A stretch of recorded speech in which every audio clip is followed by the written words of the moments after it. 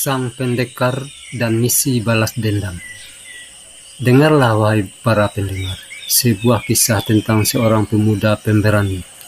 Seorang pendekar dari dusun terpencil di kaki gunung yang kini bertekad menuntaskan misi hidupnya. Namanya adalah Jaya. Seorang telah sederhana yang tidak pernah mencari masalah, tetapi kini harus menghadapi dunia yang penuh bahaya.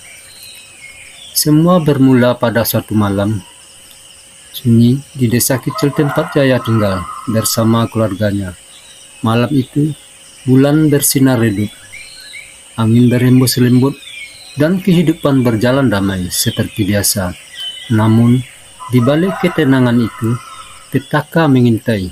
Sekelompok preman dari kota datang, membawa petaka dan kehancuran.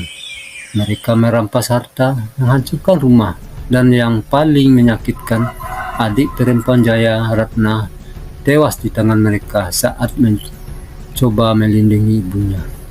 Ketika Jaya tiba di rumah setelah berburu di hutan, semuanya sudah terlambat. Ratna tergeletak, tak bernyawa di pelukan ibunya yang menangis tanpa suara. Dan malam itu, di bawah sinar rembulan yang seakan bersaksi, Jaya bersumpah, "Aku akan menemukan mereka. Ratna, aku akan menuntut keadilan untukmu, apapun taruhannya."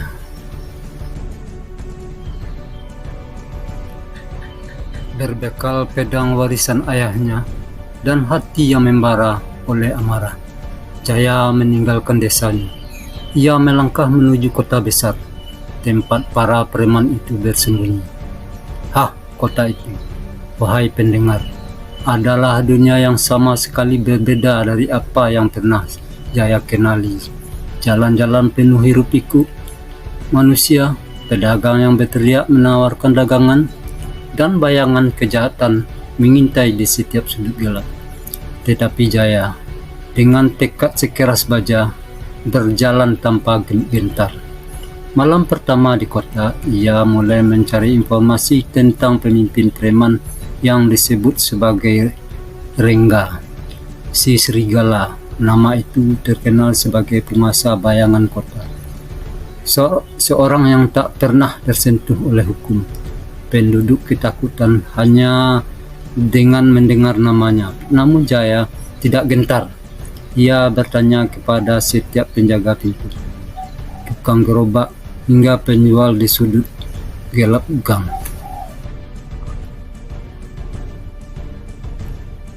Hingga akhirnya, seorang pria tua di sebuah kedai minuman berbisik pelan, "Nak, kalau kau ingin menemukan Rangga, pergilah ke pasar hitam tengah malam.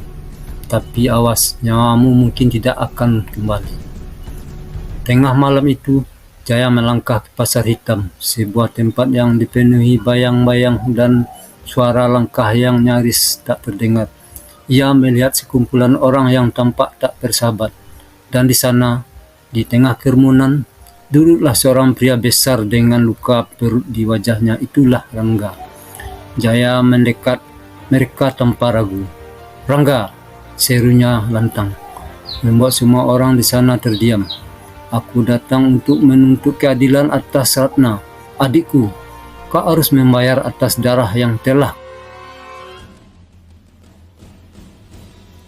Rengga terkekeh. Suaranya berat dan menyeramkan. "Anak muda, kau pikir bisa menantangku? Apa yang kau miliki untuk melawan seorang serigala?" Tetapi Jaya tak mundur. "Aku punya keberanian, dan itu cukup untuk menghancurkanmu." Pertarungan sengit pun dimulai. Rengga dan anak buahnya menyerang dengan brutal. Tetapi Jaya, dengan keterampilan yang ia latih selama bertahun-tahun di gunung, bertarung seperti harimau yang terluka. Pedangnya berkilat di bawah sinar bulan, menebas, menusuk, dan menangkis setiap serangan. Pedang itu, wahai pendengar, seperti hidup di tangan Jaya.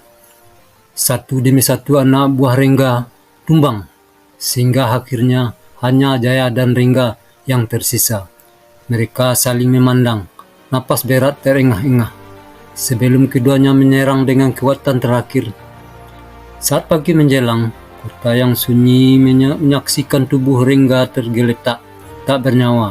Jaya berdiri dengan tubuh penuh luka, tetapi matanya memancarkan kelegaan.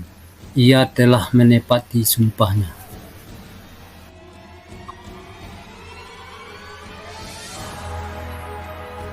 Dengan langkah pelan, ia meninggalkan kota, kembali ke desanya untuk memberi penghormatan terakhir kepada Ratna.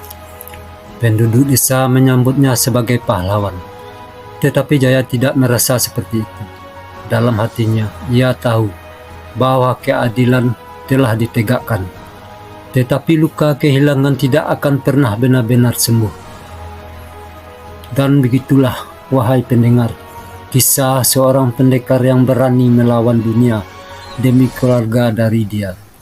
Kita belajar bahwa keberanian bukan hanya soal kekuatan, tetapi tentang hati yang tak kenal menyerah.